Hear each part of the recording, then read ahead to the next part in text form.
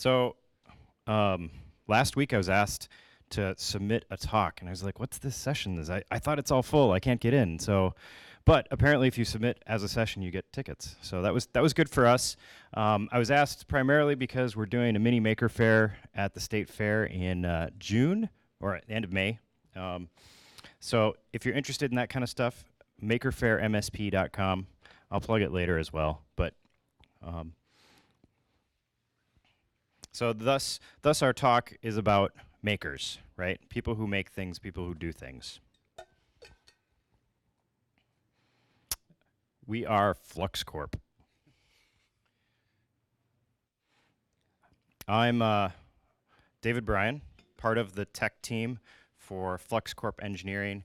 I'm an info security nerd and a geek and a pen test guy. I'm Matt Mackall. I created Mercurial. I work at Facebook. I'm Aaron Prust. I do web development and app development and multimedia art. I'm Cali Masteny, and I like to make all kinds of things. I'm Caly McMorrow. I'm an interactive artist, musician, and developer.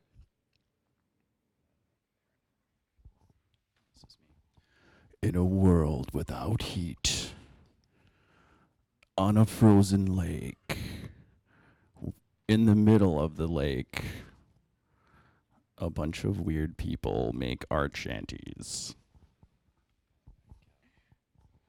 So I'm going to do a quick overview of the Art Shanty projects, who we are, why we want to make one of these things. So the Art Shanty projects is what has grown to be a pretty huge community art event. Has anybody been before? You should go. They're great. And it kind of started by accident. One artist who liked to make art in interesting places realized that if there's art or there's ice houses, pretty much anybody can make one pretty cheap, and there aren't a lot of rules about what you can or can't do when you do that. So for creative people, those things are always great. So he built an ice house, not to fish in, but to become a temporary art studio. And his friends started coming, and then fast forward a few years, Art Shanty Projects is a full 501c3 nonprofit.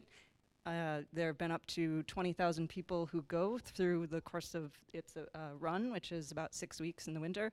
And teams of artists submit proposals for various things that they want to do. 20 are selected every year. We get a small stipend to create this thing. We got, I think, $1,200. Nobody's getting rich off of this. We do it for fun. I think less than half of that went to the tech side of that, and that's what this talk is mainly going to cover. The elevator shanty is the one that we did for last year's. We made 2 other shanties. Our first one was the tiny shanty. It was a very tiny version of a 3-story Victorian mansion. And the other one is the Monsters Under the Bed shanty. And because we've done a couple of these, we learned some lessons about what makes a good one and what we kind of wanted to do as people. So 20,000 people is a lot of people to get in and out, especially wearing lots of warm winter clothes and big boots and stuff like that. So getting people in and out of a tiny place is kind of, there's a lot of congestion. Constantly explaining like what your art idea is and what you're allowed to do in there and kind of why you're there.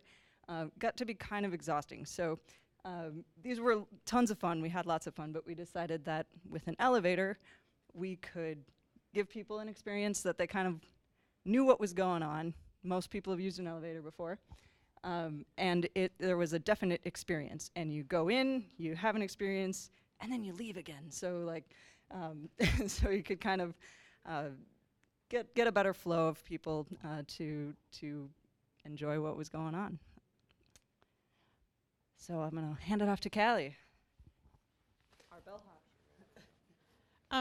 Yeah, so we created an elevator experience. It wasn't an actual elevator, but we tried to make it seem as much like this one as possible, but also kind of twist it and play with it and do fun things. So I've got a quick video that gives just a little overview of what it's about.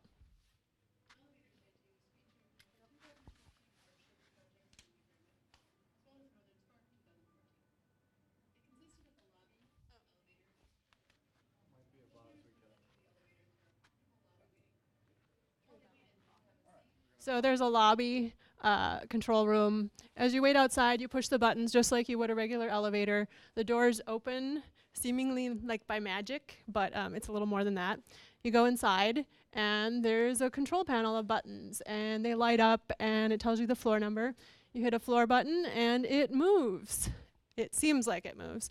And depending on what floor you go to, different things can happen. Sometimes there's a dance party, sometimes you're underwater, and sometimes you go all the way into space. You don't really know what's going to happen. There's someone in back who's actually watching you on a camera who controls all this and decides based on who's in the elevator what kind of experience they should have. You know, if there's kids, maybe you don't give them the really scary one. And it created an experience that was unique, but also familiar. Like everyone knows how to go in an elevator. Most everyone. How many of you have been in an elevator before? Yeah. Okay. You would be surprised by the number of people that didn't know that they should push the button to get in the elevator. I assume because it's in the middle of a lake. How many of you have been in an elevator on the middle of a lake? No. Oh, we got one. Okay. So yeah, apparently that threw people. But you know, once we kind of helped them figure out that yes, just treat it like a real elevator, it went well. This is our opening day. We had a ribbon cutting ceremony. As you'll see, these are our elevator operator outfits that we wore to kind of present our public face. It took a lot of people to make this, much more than just the 5 of us. We have like 19 people plus who all worked on this, from construction to programming to wiring to decorating to staffing it on ice. So it was a lot of work. We started in mid-December and we opened February 1st. So a month, 6 weeks of actual work with Christmas and New Year's thrown in there. So it was a lot in a short amount of time. And this is part of our proposal we sent for the Art Shanty projects. We decided to create a fake corporation called FluxCore that primarily, one of the main things we do is elevators, but we also do a bunch of other ridiculous things. And this kind of added atmosphere. It created the corporate persona and allowed us like some context to play out when it actually got onto ice. So this is our proposal, which you'll see the other pictures, how it matched fairly well with what our finished product was. And this is kind of our, this was on our back door, so authorized personnel only. We had kind of our persona and corporate atmosphere. Hi, so I'm going to talk about the initial design, and then our build and setup. So this is the design as seen from above. The elevator is on the right, and the doors, as you can see, are at the bottom there in the front. And then this design is a little different than what we ended up doing, but on the left is our security and elevator control room. So that was a space that the people who are controlling what's happening in the elevator as people are pushing the floors and stuff are managing that. Usually we had 2 people inside of that room, so there was somebody controlling the lights, the buttons, the floor readouts, and then there was usually somebody just controlling the doors, which were mechanical. And we had a little window so you could peek outside, like this window on the furthest one right in the picture there, that was actually a one-way mirror you could see outside of from that control room. So you could see who was on deck going into the elevator and then kind of get an idea of what we're going to do. So the build day, that's the whole thing, just stacked down. We tried to build this one really lightweight, and I would recommend if you're going to build a shanty, don't over-engineer it, because our past 2 ones were very heavy and they were very difficult to set up. So our build day for this ended up being the coldest day of last winter, and it was negative 20 degrees and 25 and really high winds. So there were some serious issues with setup. Using a drill was difficult with mittens and gloves. If you take your glove off or your mitten off, you got about a minute to use your hand. before your hands just stop working because it's too cold. And the cold will break everything. We've in the past we've had PVC shatter. Usually the materials will warp from the changing weather. So, and we're also using really cheap materials because we didn't have a large budget. So the OSB particle board is not gonna respond to the weather very well. Weather changes are gonna really warp that stuff. And so, and this build day was really rough. We had people, you know, kind of taking turns being in the car, warming up, and everyone was not dressed well enough, even though a lot of us just way overdid it. Still too cold. Yeah, yeah.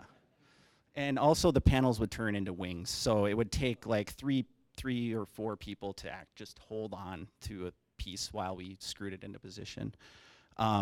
And let's see what else about the design. We had these little wings that could come out, which served as a wind block, and also, you know, just kind of helped to create the illusion that this was a, you know, a lobby you were waiting in.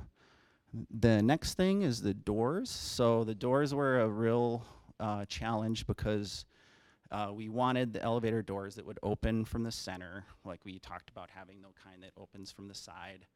But we really wanted to have the opening from the center thing.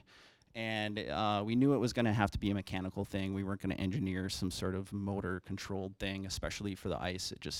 It would break. So initially we actually started out with a pulley system, which totally failed. Pulleys suck. The rope will get stuck in the side of the pulley. Also, we had to engineer this so that the whole system was enclosed, and after the shanty was set up, we wouldn't be able to access that area. So it ended up being kind of a closet door setup, and then we used just rods. So there's metal rods attached to each door, so it's a very low-tech solution, but it actually worked. And some other things with the doors, we initially really wanted to have scenes in the elevator. So someone would get on the elevator, the doors would close, and then they would open, and there would be an image of some other place. And our initial idea was to have these scenes that would slide in between the doors. So the doors would have a little slot in the middle of it that the scene could slide through. That ended up being just a nightmare. It didn't work. Our scenes warped after you painted them, so they wouldn't fit in there anymore. And also, once it was on the ice, all the wood warped, and everything in our little slot area just kind of smooshed together, so you couldn't put something in there if you wanted to. But in the end, it worked. We just had people hold the scenes from the outside, so that was, you know, our super low-tech solution. So right now, if you're inside the elevator, there's somebody on the other side just holding that piece of board up against the door, which gets into the scenes. All right. So yeah, an elevator is an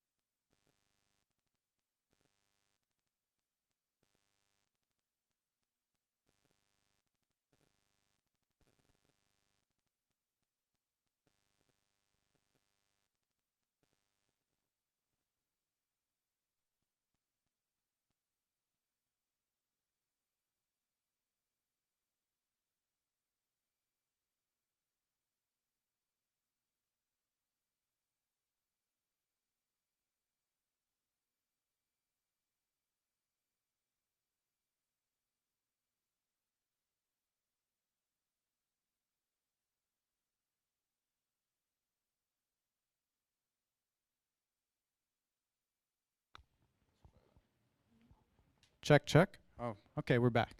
And then, of course, we don't have any power out on the lake, so we had to bring our own in the form of solar panels. So let me walk you through this diagram. We've got this laptop plugged into it via USB. We have 4 Arduinos that are controlling devices like this. And then we've also got the laptop playing sound through the transducer and speaker that's in that display inside the system.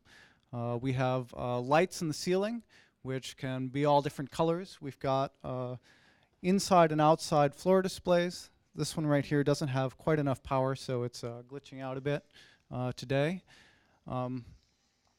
So basically, the architecture of the software here is how quickly can we get this done and break it into pieces that are manageable. So this whole thing and each of these parts is its own system that is controlled over a serial protocol to do its job. So it gets like, if I push this 13, it sends a character back to the main system that says, okay, turn on light 13 now. And then the main console can control that. So this is kind of a self-contained component that has a protocol to talk to the main system, and could hand that off to part of our team to work on that. Similarly for the lights on the displays and the lights in the ceiling. And then the main system is all basically a Python script that does, it's just basically an event loop and a dumb curses display, if anyone knows what curses is still. The simplest and fastest thing I could do. All of the audio is done by shelling out to like an MP3 player or something like that. The camera is just a webcam in its own window, and we can watch that and see what's going on inside the elevator. So yeah, go ahead and play that. So the person sitting at the laptop kind of works like a DJ. They can, you know, say you're going to this floor, I'm turning on these lights, I'm changing the colors of the lights while the dance party is happening, I'm playing, you know, this music track, and then, you know, I'm going to open the doors for you. Usually this is a two-man job inside of the control center, but it can be done by one person since we... Someone had to take video. Yep. And right next to me here is the hidden door that goes into here. If we have a scene that's like we take people to hell and they're all screaming inside and the people outside are like, what is going on there? We open the back door and we take them out the back, and then we close it, and then the doors in the front open. They're like, whoa, where did, what? And it's really great if like the kids are out front and like, where did mom go? So that was fun. There were a number of times that I scared the crap out of people by opening the door, because we could make the room dark, open the door, and they'd be like, yeah! Because they don't understand that there's somebody actually there running it. So the buttons, this button box here you see, basically all those buttons are addressable to an Arduino Mega. And the Mega sits on the back end, watches for the button push to go to ground, right? And then it lights up one of the lights. So we've got, I think it was, well, a number of pins. I don't remember off the top of my head, but... all of those and some more. Yeah, all of those and then some more. We have buttons in the front for calling the elevator as well that are tied into this. And the importance of using a shared ground instead of trying to wire 2 wires is reduced our wiring by a lot. So, you can either bring a pin high in an Arduino, or you can bring a pin low. And so we decided to bring a pin low because that meant we just run one ground wire throughout the whole thing, because you're going to need ground in order to light up the LED. But then we just short the pin to ground so that we know that, oh, okay, someone's pushed that button. The other frustrating thing that Aaron and I kind of worked on was the button debounce, and being able to essentially get it so when we push this button, it lights up, right? I don't know if anybody's worked with buttons before or physical hardware like that, but it can be very frustrating because what ends up happening is you have a small amount of voltage that's generated from the wire moving inside, and the controller, because it's going fast enough, can detect that, and it goes, oh, well, the button's been pushed like 500 times when it really hasn't. It's only been pushed once, but the little metal contact, doesn't break electricity all the way. So we had to write some code to do some debouncing and then toggle stuff on and off.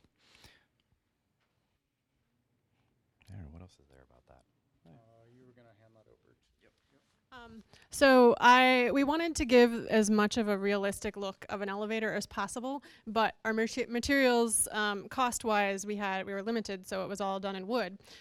So I used, except for obviously the actual buttons, but I used the laser cutter at the Hack Factory to give the appearance of what a real elevator would look like, and cut all those and hand painted them, and created our logo and speakers and all that.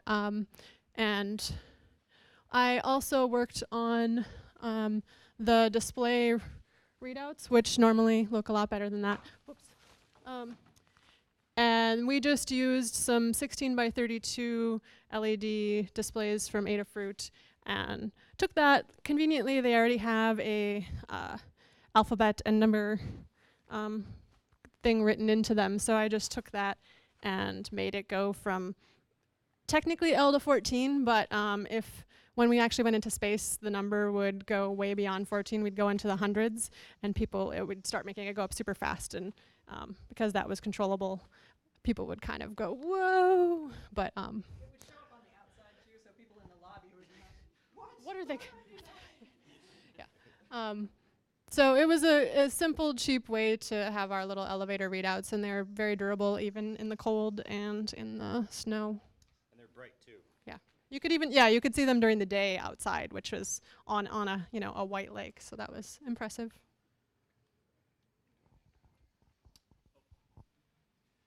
So the lights inside the elevator, on the ceiling, there was LED strip lighting, which is pretty great stuff. It's pretty inexpensive, and it's not that hard to work with and program. So we did the programming for this. It was kind of the same thing as the buttons, where there were little mini projects, so we could work on them totally independently and just go, okay, well, a W means white and a B means blue and so on. So just letters, ASCII letters were the thing that we used to control everything. And pretty much all of the code that I used it was just solid colors. We did some animation stuff, but the animation, because of, it's like the serial bus, it's, you have to interrupt it. So we didn't know when the controller was going to change the colors, and if you have an animation running, it's kind of harder to interrupt. So there were some animating things going on, but we were trying to get it done fast, so I kind of scrapped that. And also, for the most part, the solid color just worked. It was a better option. The animating thing, it wasn't like when you were in there, you didn't necessarily even notice it because it's really bright outside too. So, yep, and that's the lighting, I guess. What's next?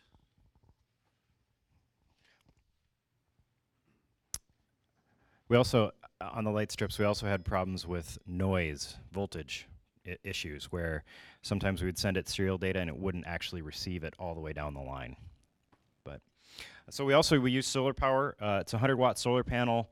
We had, I think when we started, we had 4 batteries, 4 big deep cycle batteries that basically put in the box, and then during the week it would charge up, and on the weekend we would use it for 8 hours a day, and that would be it. And it worked great. For the most part. I think there was one day where it was too cold and the controller wasn't working right, and we had to reboot the controller. But other than that, it worked for the most part. Yeah, we had problems where we would get out at 8 in the morning and it would be -10, and laptops don't like to turn on very well at -10. So we had a little propane heater to warm up the back room, and we'd try and get everything warmed up to the point where it was happy to turn on and start going. there was the day it was too cold for the propane valves. The propane heater didn't work many days. Yeah. So that's awfully fun. So questions, anyone? Yeah. Lobby. Yeah. Yes, we did. And people would be trapped in the elevator, and we'd be, have technicians on the outside saying, "Are you okay in there? What's going on? You have to press these buttons in this precise order to get going again." We also had a microphone, Right. so we could talk back to the people in the. So there is a call button here, so people would hit the call button and say, "Hey, we seem to have a problem here. Can you help us?" Yeah. Anyone else? Yeah. No, this is all. Yeah. Yeah, come up and check it out. Back there. So here's the thing. This was our third one, and this one really stretched our limits and capacity and patience, and so we did it for the Art Shanty the Art Shanty project for a month, and then we put it back. We took it. We built it at the Hack Factory. We took it apart. We took it out to the lake. We put it together. We took it apart. We took it back and stored it, and then we took it to Northern Spark last June. And then when we did that, we took it back and we disassembled it down to the nails. So it's completely gone and recycled, except for you. Yeah, you see basically all of that's left of it right here. So no, we're not going to be touring with it. One of the crappy lobby art pieces. Yeah, maybe. We had talked about like, oh, this would be really fun to go to Burning Man, but when we were done with the Northern Spark project, it was waterlogged. There's no way. Back there? Yes, we did. So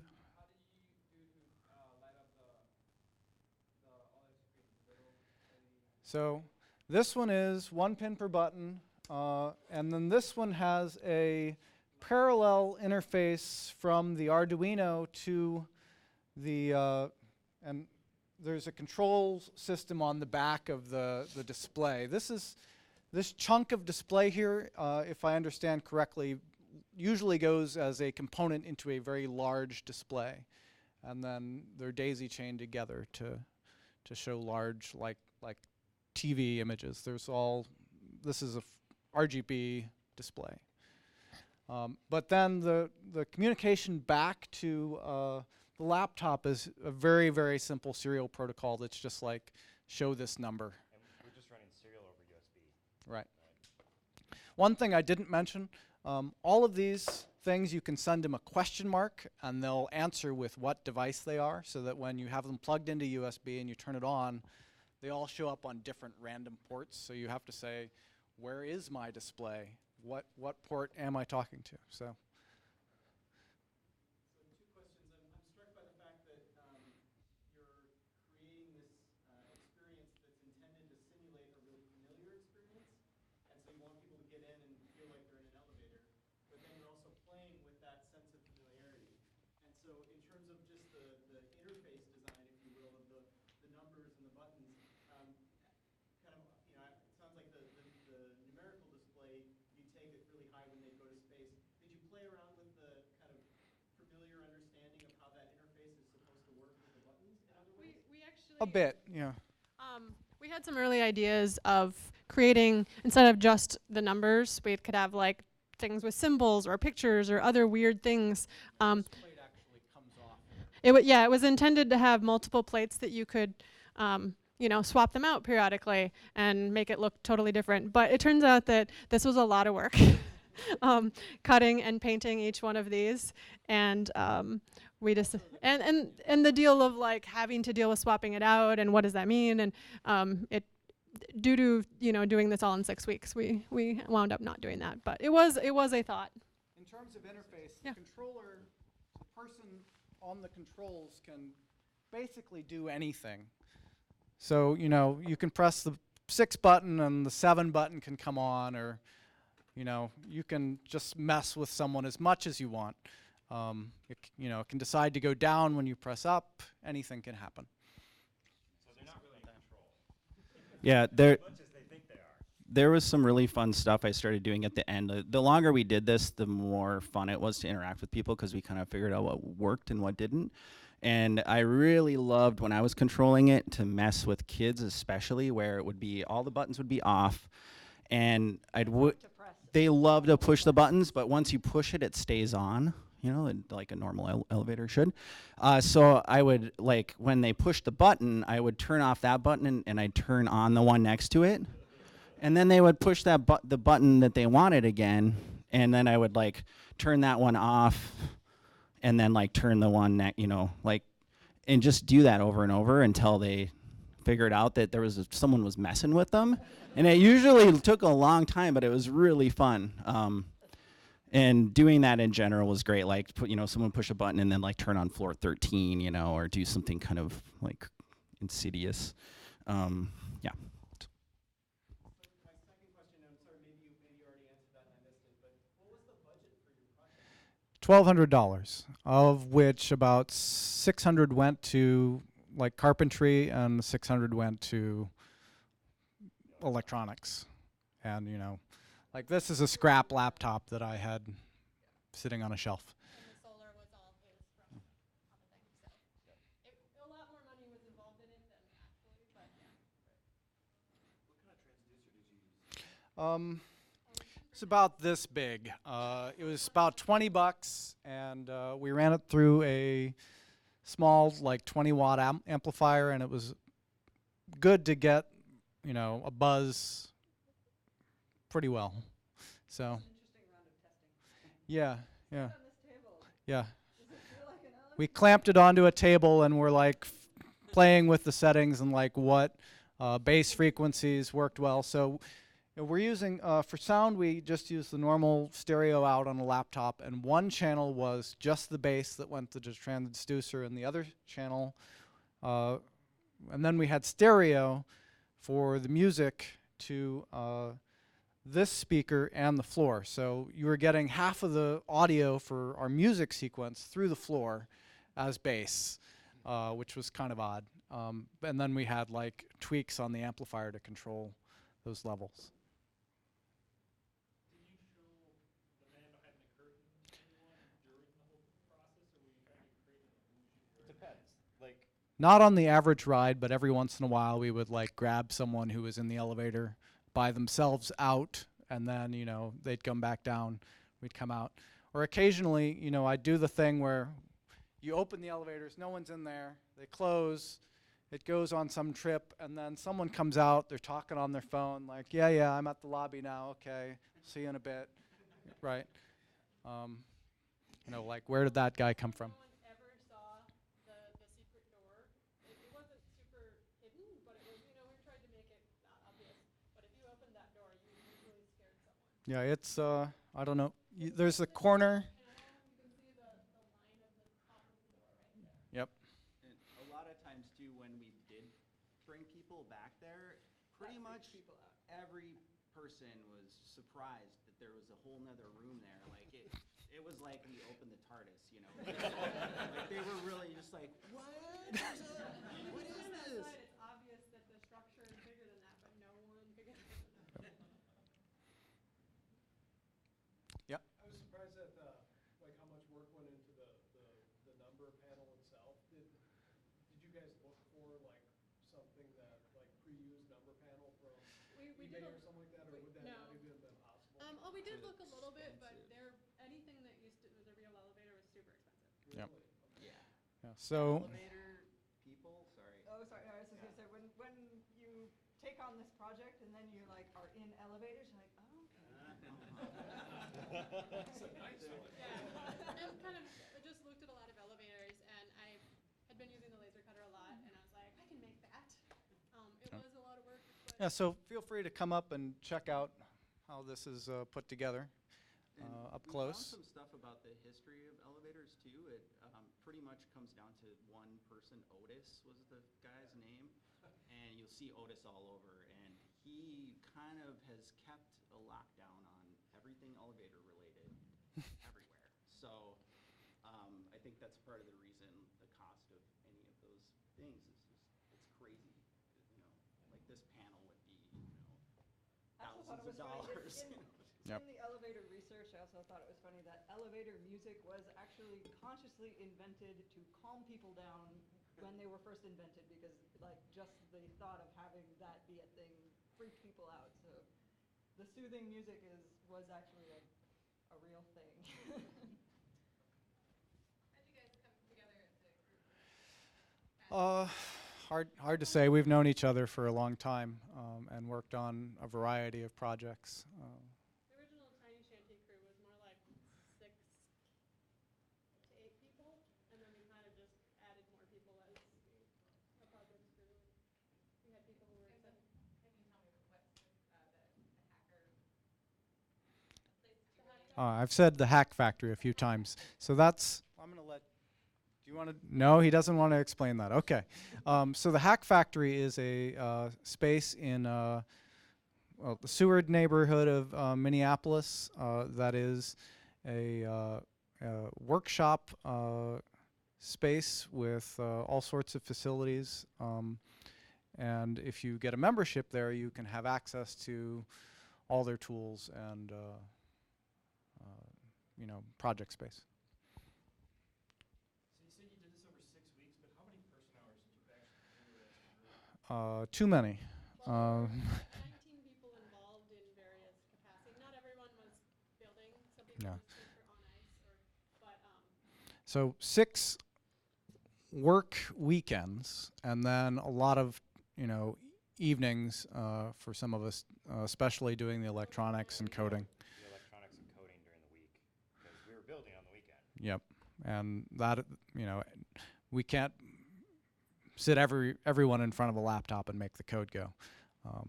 So. Yeah, and then there is on ice. There was usually about 4 people running. We usually have at least 1 or 2 people in these outfits, like doing crowd control, and then at least 2 people in the control room to run the doors and the sound and the lights. Did you usually have an operator inside the elevator, or did you usually let people? it varied. Sometimes it depended on who was wearing uniform out front at the time. Sometimes they would lead people on guided elevator experiences, but we often found that like there was an interesting thing happened when you just kind of let them go and they got to like play with it. They'd go in and sit there for like 30 seconds wondering what would happen, and maybe someone at the control thing would say, "Push the button," and they'd be like, "Oh yeah, okay."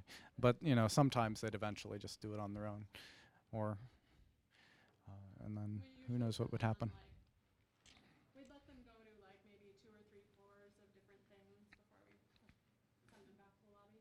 How long was the average elevator ride? Probably no more than a couple minutes. So yeah, we definitely had a goal of giving everyone an experience, but not having a finite length to it. Get people out before they're bored, and make them want to come back. So what did the people waiting in the lobby make of, because you said the scenes were just... They sort of saw, there was something painted on the other side too. The scenes were made to be able to use. It might say out of order or something like that. Yeah. And like it was kind of made so that if the doors opened when it was supposed to go in between them, that like one of them was a stairway, so you saw like from the outside. But you just kind of you lost a little bit of the magic because you saw people holding it up, but you just kind of had to be like spend your distance. Do you want to talk about There, other stuff too? I was just going to say something about the fact that there were people waiting in line kind of became a thing that was a crowd control thing where we always had to have somebody outside to put the scenes, but also just to kind of entertain the line. And a lot of people, I was just really surprised, would try to just force the doors open if you weren't on it. Like you had to kind of protect it. So people would walk up and try to just go like that with the elevator door, and we'd make jokes out of it and be like, "What are you doing? You're gonna fall in the shaft," like. Yeah, it was kind of a surprise how many people didn't know how an elevator worked. I mean, they didn't think it was a real elevator, but. Do you want to? So Dave actually has another. Oh yeah. Thing to All right. talk about, but afterwards, if you want to come up and Yeah, so I'll do this really quick because, well, time. And I'm sure you guys are done for the day too. So I did some Raspberry Pi powered projects. On the left, you see a TShirt Cannon, which is down here, which we'll hopefully shoot after this session. On the right is a CatFeeder. Before and after. The before picture is just a cereal dispenser. The after is a servo-powered cat feeder wheel thing that feeds my cats at dusk, thanks to Python. So we came together and said, all right, we want to do a new cannon because I've repaired the old T-shirt cannon for the Minnesota Roller Girls a couple of times. When it broke, it was made out of PVC, which is fine, but the glue gave way.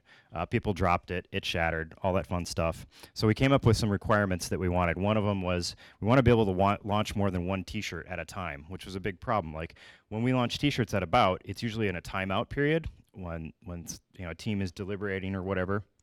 And so we wanted to be able to do at least 2, maybe 3 or 4 T-shirts in that timeout period. We wanted it to be portable. We want to have a camera on it, which I'm working on that. That's an version 2.0, I think, of this.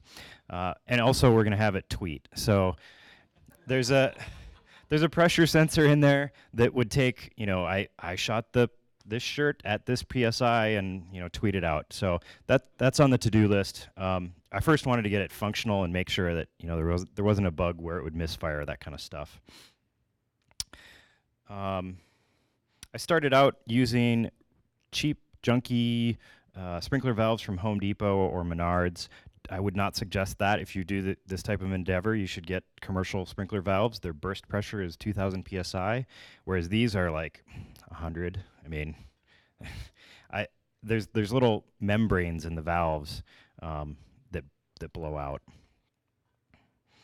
I laser cut the pieces that hold the whole thing together because I figured we need to have some sort of structure to hold everything in place. Here's kind of the build of it going through. Here's basically the beginnings of testing out. There's a Darlington transistor that sources the power from the sprinkler valves because the sprinkler valves have a solenoid that releases a valve in them. And so instead of having to use a relay, I could use a Darlington transistor, which is a lot more energy efficient. And you basically tell the Raspberry Pi, hey, bring this line high, and it then turns on the transistor, which opens up the valve.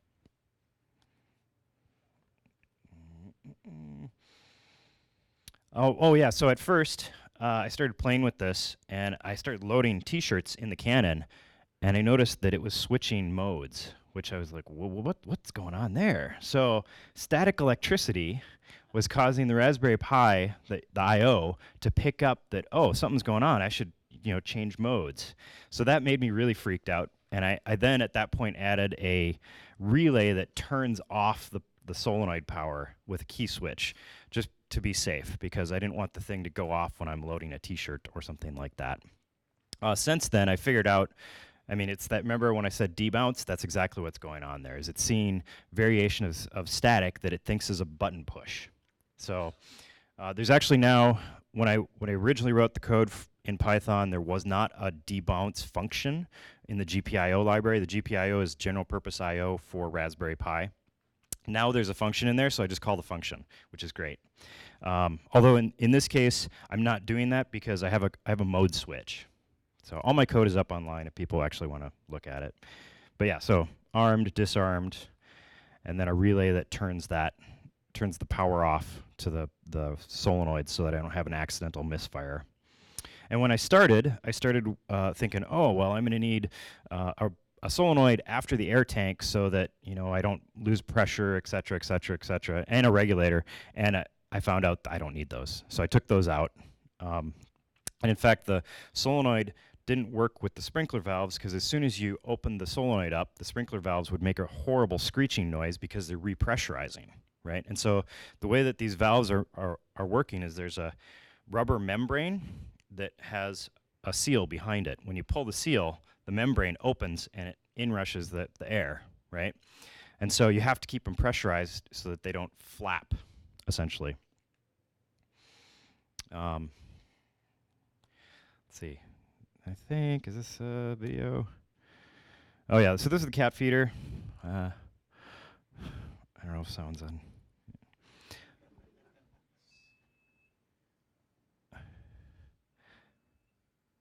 So that was version 1. It's got the 90-degree feeders on it. I figured out that the food just kind of sits in there, so that doesn't work, as evidenced by the vertical video here. This is cereal. I'm testing it out with cereal before cat food. I figure I could at least eat that and not have to worry about it. But later on, I transitioned to cat food, and it's been feeding my cats for 2 years now. And so when we started feeding the cats with the automated feeder, we set it for like 7:30, right? Every night at 7:30 it fed them. And then we started seeing a pattern where, what was it? I think it was in the spring or the fall. I think it was in the fall, where like it got dark and the cats wanted food. And they had associated the time and the darkness with the food. So I was like, we're going to feed them at dusk. So then I went out and grabbed a Python module that calculates dusk for the latitude, longitude, and then feeds them at dusk. So, and Mini Maker Faire, makerfairmsp.com. Here's all the URLs for all the things. Any questions on that? I know it's a lot of info.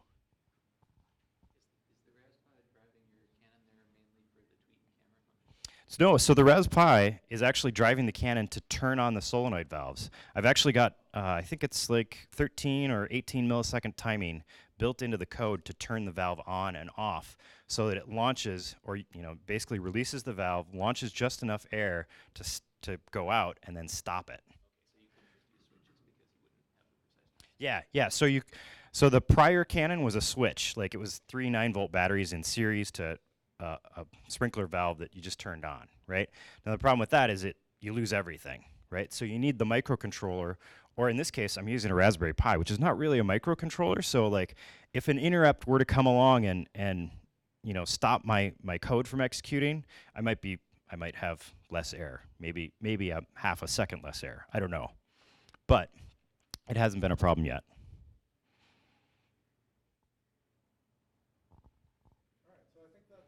That's it.